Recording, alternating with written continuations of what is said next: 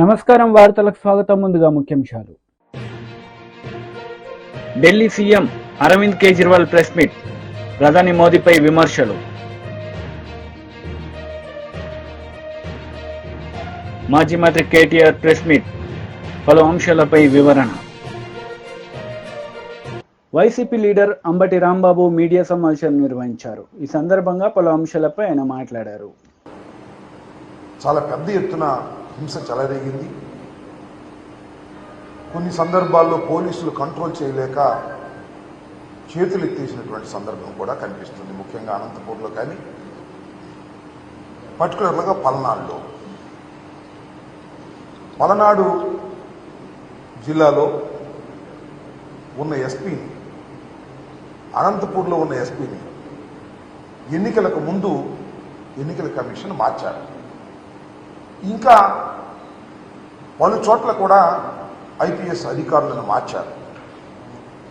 దేనికోసం మార్చారు అంటే, పురంధరేశ్వరి గారు భారతీయ జనతా పార్టీ రాష్ట్ర శాఖ అధ్యక్షురాలు, చంద్రబాబు నాయుడు గారి వదిన గారు, చంద్రబాబు నాయుడు గారితో కలిసి, అంటే వీళ్ళు కలిసే ఉన్నారు అనుకోండి. ఎందుకంటే భారతీయ జనతా పార్టీ, తెలుగుదేశం, జనసేన కలిసి కూటమిగా వచ్చారు. వీళ్ళిద్దరూ కలిసి ఎన్నికల కమిషన్కు ఫిర్యాదు చేశారు. ఎవరైతే ఐపీఎస్ అధికారులు ఉన్నారో వీళ్ళందరూ కూడా ప్రభుత్వానికి తొత్తులుగా ఉన్నారు, వారికి అనుకూలంగా ఉన్నారు. కాబట్టి వారిని మారిస్తే తప్ప నిష్పక్షపాతంగా ఎన్నికలు జరగవు అనేటువంటి ఆర్గ్యుమెంట్ను తీస్తే సహజంగానే ఎన్నికల కమిషన్ కొంత బిలీవ్ చేసి ఉండవచ్చు. ఈ మార్పులన్నీ చేశారు. ఇక్కడ గమనించాల్సిన అంశం ఏమిటంటే, ఎక్కడైతే పురంధరేశ్వరి పిటిషన్ మీద మార్పులు చేశారో ఆ ప్రాంతంలోనే హింస ప్రజ్వరిల్లింది. Note this point. ఇవాళ మనం ఫర్ ఎగ్జాంపుల్ అనంతపూర్ తీసుకున్నాం, ఫర్ ఎగ్జాంపుల్ పల్నాడు తీసుకున్నాం. పల్నాడులో నేను this is the third time I'm going to contest, మూడోసారి నేను పోటీ చేయబోతున్నాను. గత 2 ఎన్నికల అనుభవం నాకుంది. ఏ రోజుని కూడా ఇంత పెద్ద ఎత్తున హింస జరిగినటువంటి సందర్భం లేదు. మొన్న ఎన్నికల్లోనే భారీ ఎత్తున హింస జరిగింది. ఎందుకు జరిగింది? కారణం ఏంటి? కొత్తగా ఎస్పీ వచ్చారు. పాత ఎస్పీ పక్షపాత ధోరణితో ఉంటాడని మార్చేశారు. కొత్త ఎస్పీని ఇస్తే బలంగా ఉండాలి కదా, ప్రశాంతంగా జరగాలి కదా. ఎందుకు పూర్వం కన్నా ఎక్కువ హింస జరిగింది అనేది ఇక్కడ పాయింట్ అని మనం చేస్తున్నాం. అంటే ఈ మార్పులు చేర్పుల మీదే కుట్ర జరిగిందా? తెలుగుదేశం, భారతీయ జనతా పార్టీ, పురంధరేశ్వరి గారు, పవన్ కళ్యాణ్ గారు కలిసి కుట్ర చేశారా? కుట్ర చేసి ఈ పిటిషన్లు పెట్టి ఏదో ఒక విధంగా తమ ఓట్లను, ఫాల్స్ ఓట్లను గందరగోళాలు చేసి ఓట్లు వేయించుకోవడం ద్వారా గెలవాలని అనుకున్నారా అనేటువంటి సందేహాలు కలుగుతా ఉన్నాయి. ముఖ్యంగా పల్నాడులోకి వస్తే నర్సరావుపేట పార్లమెంటు నియోజకవర్గం వైఎస్ఆర్ కాంగ్రెస్ పార్టీకి చాలా strong constituency. Everybody knows it. 7కి 7 గెలిచాం పోయిన ఎన్నికల్లో. ఇవాళ కూడా 7కి 7 గెలిచే పరిస్థితి ఉన్నది అని మాకన్నా బాగా తెలిసిన వ్యక్తి అటు పోటీ చేసిన మా పార్టీ వ్యక్తే మొన్నటిదాకా. కాబట్టి దీన్ని ఏదో ఒక విధంగా నలిపేయాలి అనేటువంటి కుట్రతో ఇదంతా చేశారనేటువంటి భావన కలుగుతోంది. చాలా విచిత్రమైన సంఘటన ఏమిటంటే, ఎన్నికల కమిషన్ ఎవరినైతే అపాయింట్ చేశారో ఎస్పీలుగా, వాళ్ళని సస్పెండ్ చేసే పరిస్థితి వచ్చింది. ఇది చరిత్రలో నేను ఎప్పుడు ఎక్కడ చూడలా.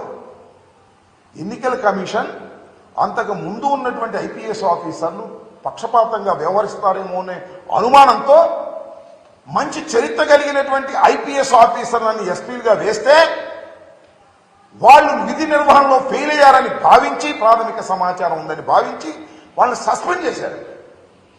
ఊరినే బదిలీ కూడా కాదు, they suspended from the service at present. ఎంత విచిత్రమైన విషయం. దీన్ని ఏ విధంగా భారత ప్రజాస్వామ్యంలో భావించాలని అడుగుతా ఉన్నా. దీని వెనుక నేను ఒకటే మనవి చేస్తున్నా, నేను ఓడిపోతాను అని అనుకున్న రోజున నారా చంద్రబాబు నాయుడు గారు రాక్షసంగా వ్యవహరిస్తాడు. తనకు అధికారం రాదు అనుకున్నప్పుడు హింసను ప్రజ్వలింపజేస్తాడు. ఇది నారా చంద్రబాబు నాయుడు గారి చరిత్ర. ఇవాళ పలనాడులో హింస జరగడానికి కారణం నారా చంద్రబాబు నాయుడు గారు, అదేవిధంగా పురంధరేశ్వరి గారు.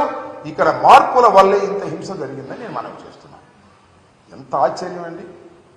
పోలింగ్ రోజున అలో లక్ష్మణ అని అల్లాడుతుంటే, తలలు పగిలిపోతుంటే పోలీసులు దించుకోలేకపోయారు. కొన్ని ప్రాంతాల్లో మాచర్లలో కానీ లేకపోతే మన గురజాలలో కానీ. జనసేన లీడర్ మీడియా సమావేశం నిర్వహించారు. ఈ సందర్భంగా పలు అంశాలపై ఆయన మాట్లాడారు. అందరికీ నమస్కారం. ఎన్నికలు ముగిశాయి. దాదాపు 82% ఓట్లు పోలయ్యాయి. ఇది ప్రజాస్వామ్యంలో మంచి పరిణామం. కానీ ఇదే సమయంలో ప్రజలందరం చాలా అప్రమత్తంగా ఉండాలి. ఎందుకంటే పోలింగ్తోనే ఎలక్షనీరింగ్ పూర్తి కాలేదు, కౌంటింగ్ కూడా ఉంది. ఓటమి కళ్ల ముందు కనిపించడంతో వైసీపీ అసురగణం ఎంతటి అరాచకానికి ఒడిగొడుతుందో పల్నాడు, తాడిపత్రి, తిరుపతిలో చూసాం. సైకోపాత్ అనే మాట మనం వింటూ ఉంటాం. ఈ జగన్మోహన్ రెడ్డి కూడా ఆ కోవలోకి వస్తాడో లేదో తెలియదు, కానీ ఖచ్చితంగా అతను ఒక సోషియోపాత్. ప్రజలను కులాలుగా, వర్గాలుగా, పార్టీల వారీగా విడదీసి చిచ్చులు పెట్టి ఆనందించే రకం. అతనిలో ఆ మానసిక స్థితిని మొదట్లో ఎవరు గుర్తించలేకపోయారు. ఆ వ్యాధిని తన అసురగణానికి కూడా అంటించాడు. ఈ సోషియోపాత్ మానసిక స్థితి రోజు రోజుకి ముదిరిపోయింది. ఓటమి కనిపిస్తుండటంతో వైసీపీ ముఠాలు ఉన్మాదంతో ప్రజల ఇళ్ల మీద పడి అరాచకం సృష్టిస్తున్నాయి. మాచర్ల వైసీపీ ఎమ్మెల్యే సంబంధీకుల ఇళ్లలో పెట్రోల్ బాంబులు దొరికాయంటే ఫలితాలు వచ్చాక వీళ్ళు ఎంత రాక్షసత్వానికి తెగబడబోతున్నారో ప్రజలు గ్రహించాలి. తాడిపత్రిలో పోలీసులు కూడా తమను తాము రక్షించుకునేందుకు అగచాట్లు పడ్డారు. అంటే వైసీపీ ఎంతగా రెచ్చిపోతుందో అర్థం చేసుకోవాలి. వైసీపీకి ఓటు వేయలేదని తెలిసి ఇళ్లలో చొరబడి మహిళలను, పిల్లల్ని అందరినీ చావుగొట్టే పైశాచికత్వాన్ని పెంచింది ఎవరు? ఖచ్చితంగా ఈ జగన్మోహన్ రెడ్డి అనే చెప్పాలి.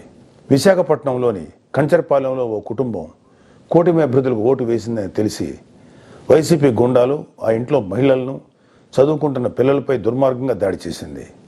గర్భంతో పుట్టింటికి వచ్చిన మహిళపైన తీవ్రంగా దాడి చేశారు. అంటే వైసీపీ రాక్షసత్వం ఏ స్థాయిలో ఉందో తెలుసుకోండి. ఇలాంటివన్నీ తెలుసుకొని చిక్కటి చిరునవ్వులు చెందించే వ్యక్తిని ఏమనాలి? మహేష్ బాబు స్పైడర్ సినిమాలో విలన్ సూర్య గుర్తొస్తున్నాడు కదూ. ఉత్తరాంధ్ర నుంచి రాయలసీమ వరకు ఎన్నికల అనంతరం హింసను ప్రేరేపించడంలో వైసీపీ ఓటమి కనిపిస్తుంది. రాబోయే ఓటమిని కప్పిపుచ్చుకునేందుకే ఈ దాడులు చేస్తుంది. ఈవీఎంలు భద్రపరిచిన స్ట్రాంగ్ రూమ్స్ దగ్గర కూడా భద్రత పటిష్టంగా ఉంచాలి. అక్కడ సెంట్రల్ గవర్నమెంట్ వారిది 3 ఇంచుల సెక్యూరిటీ ఉంది. అయినా కూడా అక్కడ మన కూటమి పార్టీల ప్రతినిధులు నిరంతరం పహరా ఉండాలి. ముఖ్యంగా మన జన సైనికులకి, వీర మహిళలకి నా అభ్యర్థన ఏంటంటే, ఎక్కడైతే జనసేన పోటీ చేసిన ప్రాంతాల్లోని ఈవీఎంస్ భద్రపరిచిన స్ట్రాంగ్ రూమ్స్ ఉన్నాయో అక్కడ మన జన సైనికులు వాలంటీరింగ్ చేసి కాపులాగా కూర్చోవాలి. ఈ అవకాశాన్ని ముఖ్యంగా మనం వదులుకోవద్దు, వాడుకుందాం. ఈ వైసీపీ దుర్మార్గులను ఏ దేశంలోనూ తేలిగ్గా తీసుకోవద్దు. వాళ్ళు ఏ అరాచకానికైనా, దౌర్జన్యానికైనా తెగబడతారు. ఆ మధ్యన అంటే 2-3 ఏళ్ల క్రితం అమెరికన్ ప్రెసిడెన్షియల్ ఎలక్షన్స్లో కూడా ఎక్స్ ప్రెసిడెంట్ డొనాల్డ్ ట్రంప్ ఇలాంటి లక్షణాలే కనబరిచాడు. ఎన్నికల్లో ఓడిపోతున్నాను అని తెలిసాక కూడా నేనే గెలుస్తున్నాను, గతం కంటే గట్టిగా ఓట్లు వచ్చాయని ప్రచారం మొదలెట్టాడు. ఫలితాలు వచ్చాక కూడా నానా యాగి చేసి కుర్చీ వదలంటే వదలని అలాగే భీష్మించి కూర్చుంటే వైట్ హౌస్ నుంచి పంపేశారు. దాదాపు ఇలాంటి లక్షణాలే మన ఆపద్ధర్మ ముఖ్యమంత్రి జగన్మోహన్ రెడ్డి కూడా ప్రదర్శిస్తున్నాడు. అందుకే మొన్నటికి మొన్న ఐపాక్ మీటింగ్లో కూడా తన పార్టీ గెలుస్తుందని గొప్పలు చెప్పాడు. అతని మానసిక స్థితిని వంట పట్టించుకున్న ఉత్తరాంధ్ర నాయకుడు ప్రమాణ స్వీకార ముహూర్తం, విశాఖలో స్థలం అన్నీ ప్రకటించేశాడు. జూన్ 4 తర్వాత వీళ్ళందరినీ విశాఖలో ఉన్న ఆ ఆసుపత్రిలో చేర్చాల్సిందే. ట్రంప్ లాగే జగన్ కూడా కుర్చీ వదులుకోవడానికి ఇష్టపడ్డాం. తన ఉన్మాద బృందంతో రాష్ట్ర వ్యాప్తంగా దాడులు, హింసకు తెగబడే ప్రమాదం లేకపోలేదు. దీనిపై కేంద్ర ప్రభుత్వానికి ఖచ్చితమైన సమాచారం ఉంది. అందుకే వచ్చే నెల 15వ తేదీ వరకు కేంద్ర బలగాలను మోహరించాలని చెప్పింది. మన వంతుగా కౌంటింగ్ ముగిసే వరకు కౌంటింగ్ కేంద్రాల దగ్గర, పార్టీ కార్యాలయాల దగ్గర కూటమి శ్రేణులు అప్రమత్తంగా ఉంటూ ప్రతి కూటమి కార్యకర్త ఈ కేంద్రాలను పర్యవేక్షిస్తూ ఉండాలి. ఆంధ్రప్రదేశ్ రాష్ట్రం ఈ అరాచక శక్తుల చేతుల నుంచి అభివృద్ధి సాధకుల చేతులకు మారే సమయం దగ్గరలోనే ఉంది. అందరం ఆ శుభగడి కోసం వేచి చూద్దాం. జై జనసేన, జై హింద్. బీజేపీ రాష్ట్ర అధ్యక్షుడు కిషన్ రెడ్డి మీడియా సమావేశం నిర్వహించారు. ఈ సందర్భంగా పలు అంశాలపై ఆయన మాట్లాడారు. వాళ్ళు కానీ కాంగ్రెస్ పార్టీ వాళ్ళు కానీ కాబట్టి మనవి చేస్తా ఉన్నాం, ఈ రాష్ట్రంలో ఈరోజు ప్రధానంగా నిర్మాణాత్మకంగా ప్రతిపక్ష పాత్ర పోషించేది ఈరోజు ఇప్పుడు ఉన్నటువంటి పరిస్థితుల్లో ఏకైక పార్టీ నరేంద్ర మోడీ గారి నాయకత్వంలో భారతీయ జనతా పార్టీ మాత్రమే మనం వస్తున్నాం. ఈరోజు కాకపోయినా రేపైనా ఈరోజు రెండు పార్టీలకు వ్యతిరేకంగా పోరాటం చేసేది Bharatiya Janata party. Congress party, BRS party రెండు పార్టీల డిఎన్ఏ ఒకటే. మనం మొదటి నుంచి చెప్తా ఉన్నాం. రేవంత్ రెడ్డి విపరీతంగా ప్రచారం చేశాడు, బీజేపీ బీఆర్ఎస్ ఒకటే, బీజేపీ బీఆర్ఎస్ ఒకటే. ఎందుకంటే రేవంత్ రెడ్డికి కాంగ్రెస్ పార్టీకి గోబుల్స్ ప్రచారం చేయడంలో చాలా దిట్టలు. కేసీఆర్, రేవంత్ రెడ్డి ఇద్దరు ఒకటే. బురద చల్లడము, బట్టగాల్చి ముఖం మీద వేయడము, అబద్ధాలు ప్రచారం చేయడము, ఇద్దరు కూడా మాటలతో రాజకీయాలు చేస్తున్నారు తప్ప నిర్మాణాత్మకంగా రాజకీయాలు వీళ్ళకి రాదు. ఈరోజు రేవంత్ రెడ్డి ఏం చెప్పాడు? బీఆర్ఎస్ బీజేపీ ఒకటే ఒకటే అని ప్రచారం చేశారు. ఆఖరి ఏమైంది? ఎవరు ఒకటయ్యారు? ఇప్పుడు నిరూపణ జరిగింది కదా, బీఆర్ఎస్ కాంగ్రెస్ ఒకటే నిరూపణ జరిగింది కదా. బీఆర్ఎస్ తోటి గెలిచినటువంటి వాళ్ళందరూ మీ దగ్గర చేరుతున్నారు కదా. ఇంతకంటే వేరే సాక్ష్యం ఏం కావాలి? అప్పుడు కానీ ఇప్పుడు కానీ భవిష్యత్తులో కానీ మేము నా కాంగ్రెస్ తోటి కలవము, మేము బీఆర్ఎస్ తోటి కలవము. మేము కలిసేది తెలంగాణ ప్రజలతో తప్ప ఏ పార్టీతో కలవమని సందర్భంగా మనం వస్తుంది. ఈ రాష్ట్రంలో వచ్చేటువంటి శాసనసభ ఎన్నికల వరకు భారతీయ జనతా పార్టీ మా 8 మంది ఎమ్మెల్యేలు ఎవరైతే ఉన్నారో, మా ఎమ్మెల్సీలు ఎవరైతే ఉంటారో, మా పార్టీ కార్యకర్తలు ఎవరైతే ఉంటారో, మా పార్టీ నాయకత్వం ఏదైతే ఉంటుందో ఖచ్చితంగా బీఆర్ఎస్ పార్టీ తెలంగాణ ప్రజల పక్షాన నిలబడే ప్రసక్తి లేదు. ఎందుకంటే వాళ్ళందరూ కూడా కాంగ్రెస్ పార్టీలో చేయబడుతున్నారు. కాబట్టి మిగిలేది, పోరాటం చేసేది, తెలంగాణ ప్రజలకు ఉండేది భారతీయ జనతా పార్టీ మాత్రమే. తప్పకుండా తెలంగాణ ప్రజల పక్షాన నిలబడి ఈరోజు తెలంగాణ కోసం, తెలంగాణ ప్రజల కోసం, తెలంగాణ అభివృద్ధి కోసం పోరాటంగా నిలబడేది బీజేపీ మాత్రమే. అందుకే మనం చాలా స్పష్టంగా ఉండాలి. నేను తెలంగాణ విద్యావంతులకు, మేధావులకు ఇక్కడ నుంచి మనవి చేస్తా ఉన్నాను. తెలంగాణ గడ్డలో ఈ వరంగల్ అడ్డ ఏదైతున్నదో ఖచ్చితంగా ఇది తెలంగాణ ఉద్యమానికి వేదికగా నిలబడినటువంటి అడ్డ. ఇది అనేక సంవత్సరాలు ఇక్కడ మరి ప్రత్యేక తెలంగాణ కావాలని చెప్పి ఇక్కడి నుంచే ప్రారంభమైంది ఉద్యమం. ఇక్కడి నుంచే తెలంగాణ అంతా అంటుకున్నది. 3 కోట్ల మంది, 3 కోటి ప్రజలందరూ కూడా ఏకమై, సకల జనులు ఏకమై ఆ రోజు తెలంగాణ ఉద్యమంలో కీలక పాత్ర పోషించింది ఇక్కడి నుంచే ప్రారంభమైంది. కాబట్టి ఇక్కడి నుంచి కూడా నేను మనవి చేస్తా ఉన్నాను, మేధావులందరూ కూడా ఈరోజు భారతీయ జనతా పార్టీకి అండగా ఉండాల్సిన అవసరం ఉంది.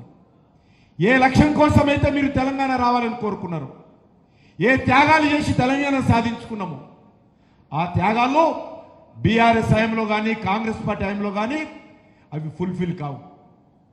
అది సాధన జరగదు. ఈ రెండు పార్టీలు కూడా కుటుంబ పార్టీలు, ఈ రెండు పార్టీలు కూడా అవినీతి పార్టీలు, ఈ రెండు పార్టీలు కూడా స్వార్థ రాజకీయాల కోసం పనిచేసేటువంటి పార్టీలు, ఈ రెండు పార్టీలు కూడా అబద్ధాలు ప్రచారం చేసి అబద్ధాలతో ఈరోజు రాజ్యం ఏలానుకున్నటువంటి పార్టీలు. ఒక్క భారతీయ జనతా పార్టీ ఆ రోజు పార్లమెంటులో తెలంగాణ బిల్లు వచ్చినప్పుడు నిర్మాణాత్మకంగా, నిస్వార్థంగా నిలబడి ఈరోజు తెలంగాణ ప్రజల గుండె చప్పుడై సుష్మా స్వరాజ్ గారి నేతృత్వంలో, రాజ్నాథ్ సింగ్ గారి నేతృత్వంలో, అద్వానీ గారి నేతృత్వంలో ఆ రోజు పార్లమెంటులో తెలంగాణకు అనుకూలంగా ఓటు చేసినటువంటి పార్టీ ఏకైక పార్టీ భారతీయ జనతా పార్టీ. ఐక్యంగా నిలబడినటువంటి పార్టీ. కాంగ్రెస్ పార్టీ చీలిపోయింది, మిగతా అన్ని పార్టీలు చీలిపోయాయి, కానీ ఐక్యంగా నిలబడినటువంటి పార్టీ భారతీయ జనతా పార్టీ. కాబట్టి తెలంగాణ సాధనలో చిత్తశుద్ధితో జాతీయ పార్టీగా ఆ రోజు జేఏసీలో ఉండి పోరాటం చేశాం. ఈరోజు తెలంగాణ అభివృద్ధి కోసం కూడా చిత్తశుద్ధితో పోరాటం చేస్తున్నాం. నరేంద్ర మోడీ గారి నాయకత్వంలో ఈరోజు 10 లక్షల కోట్ల రూపాయలు ఈరోజు తెలంగాణ కోసం ఖర్చు పెట్టినటువంటి ప్రభుత్వం నరేంద్ర మోడీ గారి ప్రభుత్వం. ఇదే వరంగల్లో మెగా టెక్స్టైల్ పార్క్, దేశంలో 7 టెక్స్టైల్ పార్కులు వస్తే ఒక పార్కు వరంగల్కి తీసుకురావడం జరిగింది, మోడీ గారు ఇచ్చారు.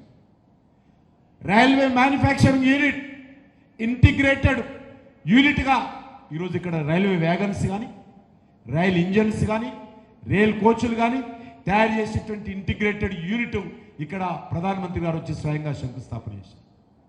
ఇదే ఉమ్మడి వరంగల్ జిల్లాలో సమ్మక్క సారక్క కేంద్రీయ గిరిజన విశ్వవిద్యాలయం శాంక్షన్ చేసి ఈ విద్యా సంవత్సరమే అడ్మిషన్స్తో ప్రారంభం కాబోతున్నది. ప్రారంభమైంది. నేను స్వయంగా వెళ్ళి ఆ యొక్క క్యాంపస్ను ప్రారంభించిన విషయాన్ని మనం చేస్తాను. ఈ సంవత్సరం అడ్మిషన్స్ అవుతాయి. ఇంకా ల్యాండ్ ఎంత తొందరగా సెటిల్ చేస్తే కొత్త బిల్డింగ్ క్యాంపస్ కూడా ప్రధానమంత్రి గారు స్వయంగా భూమి పూజ చేయబోతున్నారనే విషయాన్ని కూడా ఈ సందర్భంగా మనం చేస్తున్నాం.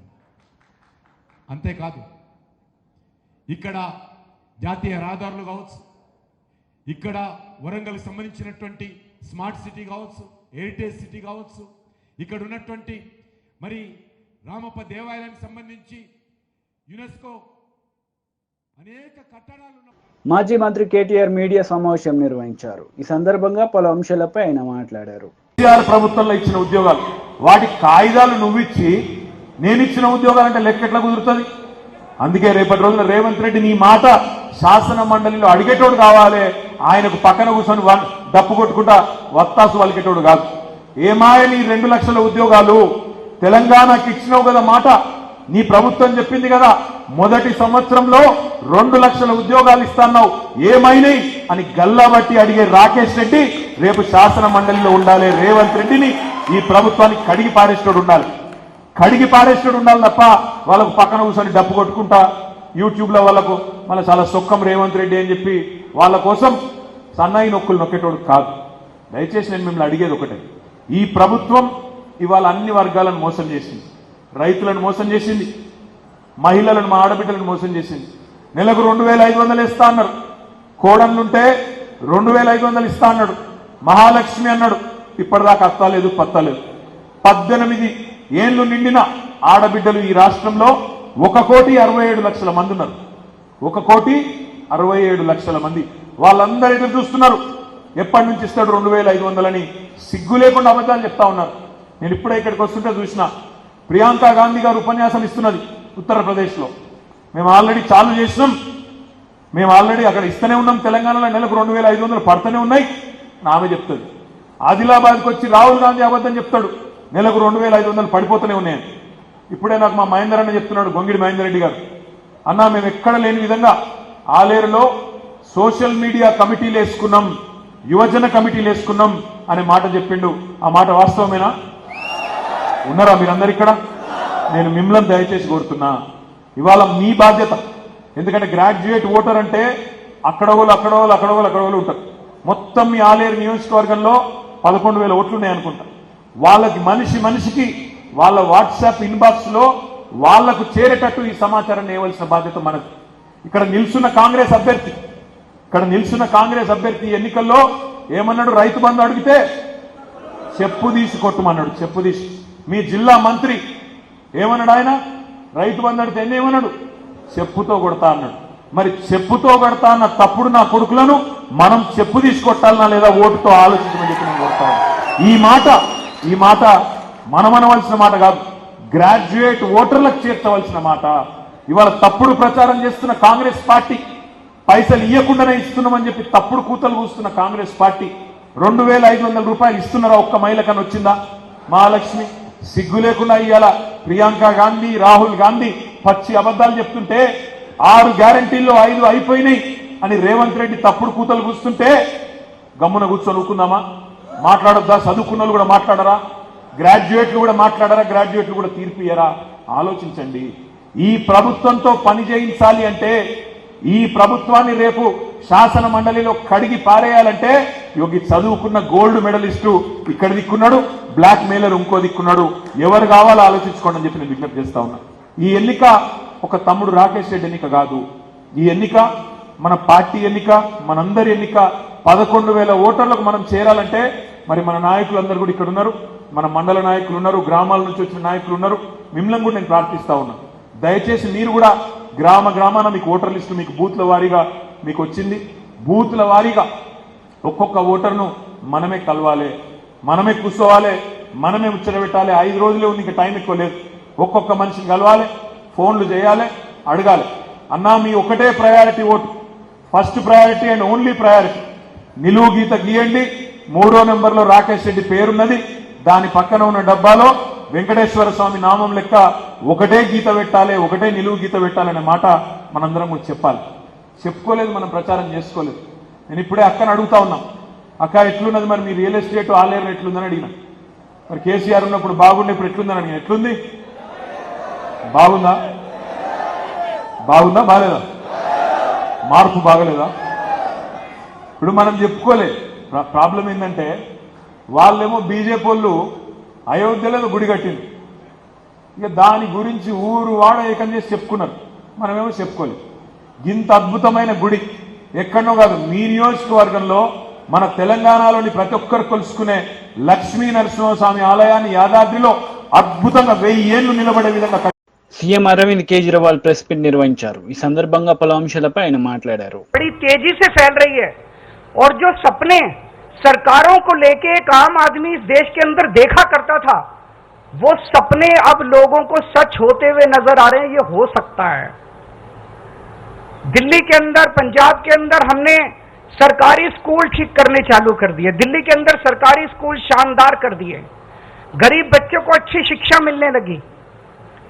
ये मोदी जी नहीं कर पा रहे, तो उन्होंने तय किया कि इनको रोको, इनको गिरफ्तार कर लो, मनीष सिसोदिया को गिरफ्तार कर लो, केजरीवाल को गिरफ्तार कर लो, इनके स्कूल बंद कर दो. हमने दिल्ली के अंदर, पंजाब के अंदर ढेरों मोहल्ला क्लिनिक खोल दिए, सरकारी अस्पताल ठीक कर दिए, लोगों के लिए फ्री इलाज का इंतजाम कर दिया. मोदी जी नहीं कर पा रहे. इन्होंने कहा केजरीवाल को गिरफ्तार करो, इनके अस्पताल बंद करो, इनके मोहल्ला क्लिनिक बंद करो. हमने दिल्ली में, पंजाब में बिजली मुफ्त कर दी, वो इनसे नहीं हो पा रही. जहां जहां इनकी सरकारें घाटे में चल रहे हैं, इनके पास पैसा ही नहीं है. हमने पैसा बचा बचा के, ईमानदारी से पैसा बचा बचा के बिजली फ्री कर दी. अब हम महिलाओं को 1000 रुपए देने जा रहे हैं. हर महीने उनके खातों में 1000 रुपए डलवाएंगे. ये बात पूरे देश में फैलती जा रही है तेजी से. मैं जहां जाता हूं, पूरे देश भर में घूम रहा हूं इस टाइम में, मैं जहां जाता हूं लोग कहते हैं केजरीवाल जी आपने दिल्ली पंजाब में स्कूल बड़े अच्छे कर दिए, केजरीवाल जी आपने बिजली ठीक कर दी, केजरीवाल जी आपने बिजली मुफ्त कर दी. अपने आप चारों तरफ आम आदमी पार्टी की चर्चा फैल रही है. आम आदमी पार्टी अब एक विचार है, इसके नेताओं को तो गिरफ्तार कर लोगे, इस विचार को कैसे गिरफ्तार करोगे? विचार को गिरफ्तार नहीं किया जा सकता. गीता में भी लिखा है, इसको कैद नहीं कर सकते, इसको जला नहीं सकते, इसको काट नहीं सकते, इसको गीला नहीं कर सकते. ये विचार है, इसको कैद नहीं कर सकते. ये चारों तरफ फैल रहा है पूरे देश के अंदर. ये एक ऐसा विचार है जिसका विनाश नहीं किया जा सकता. ये अपने आप फैलता जा रहा है विचार. मैं प्रधानमंत्री जी को कहना चाहता हूं, आप एक नेता को गिरफ्तार करोगे, मेरी भारत मां की कोख इतनी ज्यादा वो है कि 100 नेता पैदा होंगे इस कोख से. आप एक केजरीवाल को गिरफ्तार करोगे, 100 केजरीवाल पैदा होंगे इस देश के अंदर. 1000 केजरीवाल पैदा करेगी मेरी भारत मां. आप करके देख लो. पिछले कुछ सालों में, जब से हम 2015 से सत्ता में आए हैं, कितने आरोप लगाए इन्होंने, कितने केजरीवाल भ्रष्टाचारी है. केजरीवाल ने बसों में घोटाला कर दिया, पानी में घोटाला कर दिया, बिजली में घोटाला, पता नहीं कितने आरोप लगाए. कुछ नहीं चिपका, कुछ नहीं चिपका. जनता बेवकूफ थोड़ी है, कुछ नहीं चिपका. इन्होंने इतने आरोप लगाए. अब कह रहे हैं कोई शराब घोटाला हो गया, शराब घोटाला हो गया. जनता पूछ रही है इनसे, अब मैं हमें जवाब देने की, जनता पूछ रही है भाई शराब घोटाला हो गया, पैसा कहां है, कहां गया वो पैसा?